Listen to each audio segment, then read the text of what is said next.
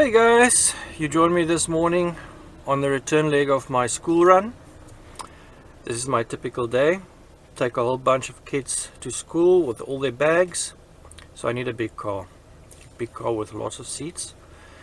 And then on the weekends with all the surfboards and the bicycles and the friends, also need a big car. And then on the holidays, yeah, as you saw in my Everest video and my Isuzu MX video, my lifestyle dictates that I should have a big car.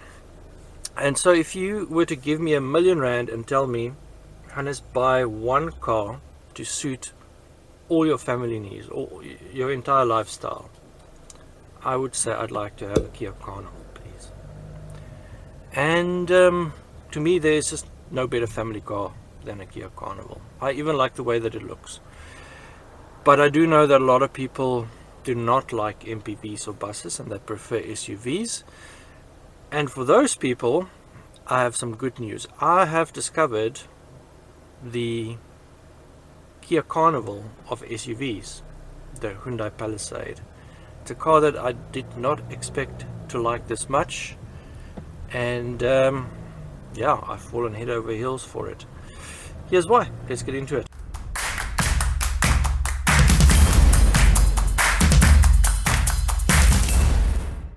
The major design changes to the facelifted Palisade can be found at the front, where the more squared off and blacked out grille combined with a revised and very striking LED headlamp treatment give the Palisade a more forceful, imposing presence. At the rear, the taillight treatment is subtly different to accentuate the width of the vehicle, but in actual fact the big Hyundai is only longer than its predecessor and only by 15 millimeters. It rides on 20-inch wheels as standard, and personally I think the changes have significantly increased the visual appeal of the Palisade. It certainly has a lot of road presence.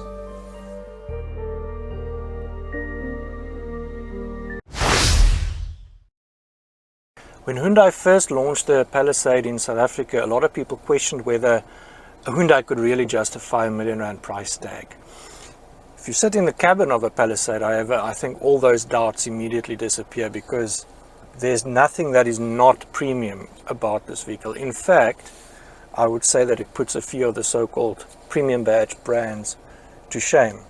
Beautiful leather stitched steering wheel, rake and reach adjustable of course, lots of satin silver accenting, soft touch materials everywhere. It's a little bit of piano black up here. There's a satin silver, sort of a mesh finish on the transmission tunnel center console area, which I really like. It's really scratch resistant. It doesn't show dust like piano black, which is why I mentioned it. So it's really practical and it looks very premium. Now the big difference between the pre-facelift and this facelifted Palisade is the touchscreen infotainment system, which is has a bigger screen. It doesn't have built-in navigation, but you do have wireless Apple CarPlay and Android Auto to make up for that. A little bit of a niggle, and take it from where it comes. It is not possible to pair a device to the sound system while driving. Now that's obviously a safety feature to protect the driver from having an accident. However, it did incur the wrath of a teenager who couldn't immediately pair their device to play their music. Now that's teenagers for you. Otherwise, it has a very nice infinity sound system, and the cabin is actually so big that they've developed a special feature that allows you to talk via the speakers to the people in the back. That is how big this car is. And to be honest, when you sit in the car for the first time, really it is quite overwhelming just how spacious it is, especially in terms of width. What we have with the kind of SUVs that we tend to buy in this kind of price range, your Ford Everest, Toyota Fortuners, Isuzu MU-X's and the like, they're all pickup based, and as a result they have narrower tracks, and the cabins are narrower inside. This vehicle, if you look at the track width and the actual cabin width of the vehicle, is significantly wider inside than, for example, even the new Everest, and you feel it in terms of shoulder width. You can even feel it just in the way that you sit and how far the person next to you is from you. So yeah, very spacious, very comfortable seats, electrically adjustable, both seats up front with 2 memory settings for the driver. Dual zone climate control up front, heated and ventilated seats, as well as a heated steering wheel, which is really cool. What I also like is that there are USB outlets and storage bins everywhere. In the center console here, there's a USB A port, which for old school guy like me is good to see. There is a wireless charging pad, and it is a faster charging pad than before. And then in the sort of armrest bin, there's another USB outlet, this time a USB-C, as well as a 12-volt port and a little removable box to put your coins and things in. So all in all, very practical, very upmarket sunroof. Not a panoramic roof, but nevertheless a sunroof, and even the roof lining to me feels premium. So I really like this, and the instrumentation as well, very simple, very clear, very elegant, digital obviously, and as you switch between the modes, then your display changes. So for example, if we go to sport, then obviously it changes to red and so on, in addition to the throttle response sharpening up a little bit. It's a very good interior, certainly from the driver's chair. Let's have a look at the middle row. Now, unlike the premium brands that charge you extra for every little feature, there are literally no options on the Hyundai Palisade. You have 2 choices basically, 8-seat or 7-seat. This is the 8-seater. It means I've got a bench in the middle row. The 7-seater has 2 captain's chairs with a sort of a walkway in the middle. And that again just illustrates how much width there is in this car. Now, normally seated in the middle row of a pickup-based SUV, I usually comment that I don't think 3 people of my size, of my shoulder width, would be able to sit comfortably in this row. I don't think it's the case here. This car has enough width in its cabin in the second row, sorry, for 3 of me to sit very comfortably. So you can see my legs, I still have more than enough knee room. I've moved the seat forward because I want to see whether I can sit behind myself in the 3rd row as well. I am seated behind my own driving position. I'm 1.8 meters tall, and there's really a lot of space, and it's not elevated either like in some of the pickup-based SUVs. Nice touch, window blind, and 2 cup holders in the doors, ventilation outlets overhead, as well as reading lights. There is a secondary sunroof here, which is operated from the front, and then you've got a totally separate ventilation system back here as well, air conditioning system with its own controls, and these seats are heated and ventilated. How fancy is that? 12-volt outlet down there if you want to charge a laptop or something like that, and then USB-C outlets on the front seat backs, both front seat backs. Yeah, really like this. This is extremely comfortable and extremely practical. I think the real question is it really cramped in the back, or have they sacrificed boot space or something? Because it's starting to feel a little bit too good to be true, to be honest.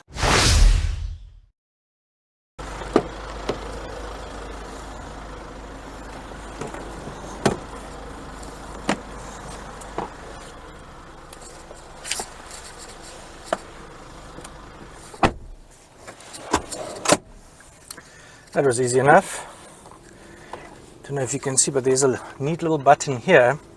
You just press that and the seat sort of flips forward. This is the most spacious 3-row SUV that I've ever sat in. My head is touching the roof, sort of is grazing it.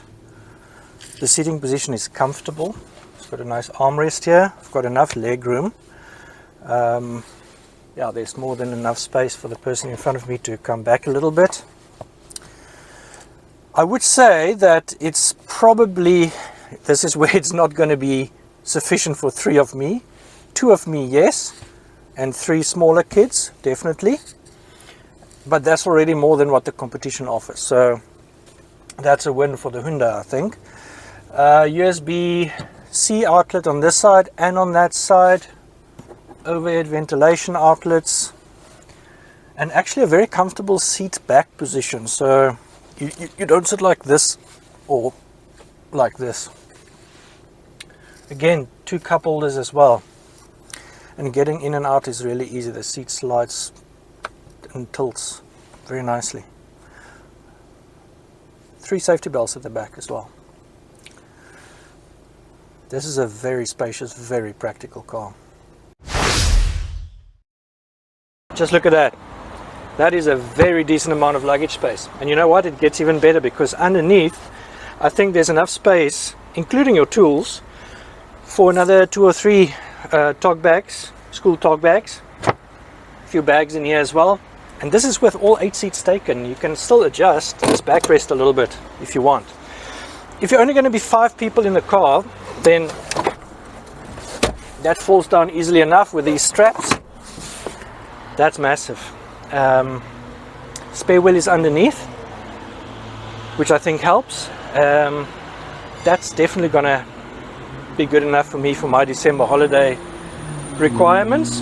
And if it's still not good enough, you just press these buttons here and the middle row falls down, and now you essentially have a double bed sized cargo van.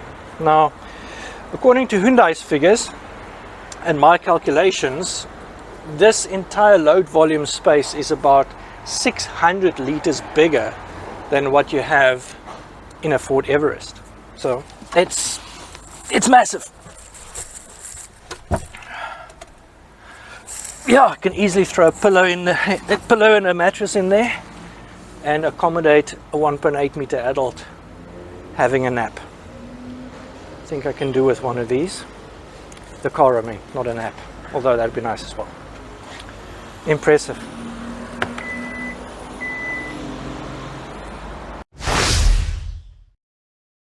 Well, you can obviously see the changes on the outside and on the inside of the facelifted Palisade. Under the bonnet, no change. For some people that's quite a disappointment because the 2.2 litre 4-cylinder diesel that's powering the Palisade is quite an old engine, and when you stand outside the car it does sound a bit agricultural, but as I'm driving here, you know, it's not really a problem. You put your foot flat, you will hear it, but it's I don't think it's a deal breaker. 142 kilowatts, 440 newton meters of torque, so sufficient power, nothing spectacular, nothing to worry a 3 litre Everest, for example. But you can easily cruise at 120 fully loaded, as I've done during my time with the car, and have enough ground to overtake. It's smooth enough. The 8-speed box doesn't have to, you know, shift around too much to find enough torque. I guess the only downside really is that you can't tow as much as you can with the Everest. So if you're a vanner, or tow big boats, then that might be a problem, or horse boxes, because the tow rating on this is 2.2 tons, on the Everest is 3.5. You will, however, beat the Everest at the pumps, because this engine, you know, Hyundai claims 8.2 liters per 100, which is, as always, very optimistic. I'm getting around 9.8 liters per 100 kilometers, which I think is fair for this kind of car, and also fair for the kind of driving that I've been doing. So overall, in terms of power, performance, towing ability even, I think there's enough. It's good enough. So what you want as a, you know, for a family car, obviously, is ride comfort, good refinement, and if it's an SUV, the ability to occasionally get your tires dirty. Now, one of the biggest differences between a Palisade and an Everest, I'm using the Everest because it's the newest sort of rival and similarly priced, is that this is a unibody vehicle. It's not a ladder frame based car, whereas the Everest is based on a ladder frame chassis. And the differences that bring really helps in terms of on-road refinement and comfort. And the Everest is very good for a ladder frame based vehicle, but it just can't beat the sort of inherent structural integrity of a unibody vehicle. So this is very refined. The NVH is very good. It's got a wider track. It rides a bit lower, and as standard on 20-inch wheels as well. So it's a relatively firm riding car, and if you go into the corners, it doesn't suffer that top heavy feel that you usually get from ladder frame vehicles. Personally, I think it could be a little bit more supple, a little bit on the firm side for me, but it could just be the big wheels or the tire pressures even. But I think it's good enough. Off-roading is an area where there is a massive difference between this and the Everest and the MEX and the Fortuner. This has snow, mud, sand modes, and that may lead you to think that this is a serious off-roader, but it's not. This is more of a slippery surface kind of vehicle. You know, the kind of situations you face in Europe and North America with snow and icy road conditions where you need a little bit of extra traction. That's where this car really works. Obviously gravel roads as well. It doesn't have a low range, it doesn't have diff locks, it does have downhill assist or downhill descent control, but with its lower ground clearance and very road biased tires, this is not a serious off-roader. So keep that in mind when you make your purchasing decision. Thanks to some new safety features, the 2023 Palisade scored 5 stars in the Australian Standard Crash Test Program called ANCAP, which tests right-hand drive cars like ours. The model is now spec'd with forward collision avoidance, lane keep assist, blind spot monitoring, which again did save my bacon a few times, adaptive cruise control, and a feature called safe exiting. An alert goes off if you attempt to open the doors while traffic is closing in on the vehicle. Very clever.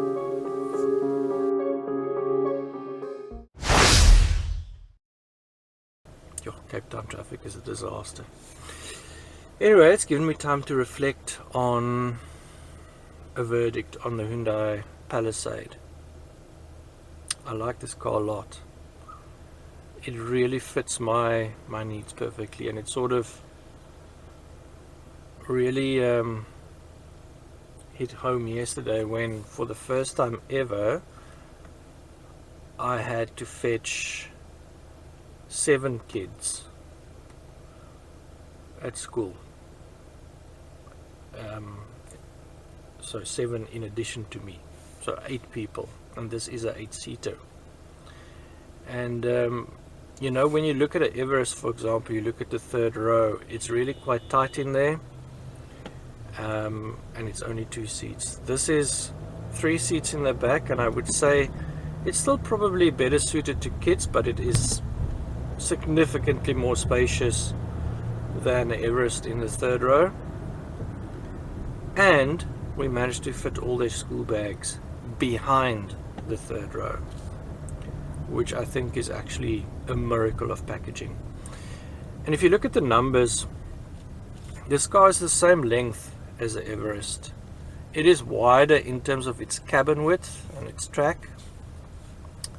It's It's lower than an Everest, and yet somehow inside, and this is the benefit of the unibody construction, it is just massive. It is like this huge rectangular shape.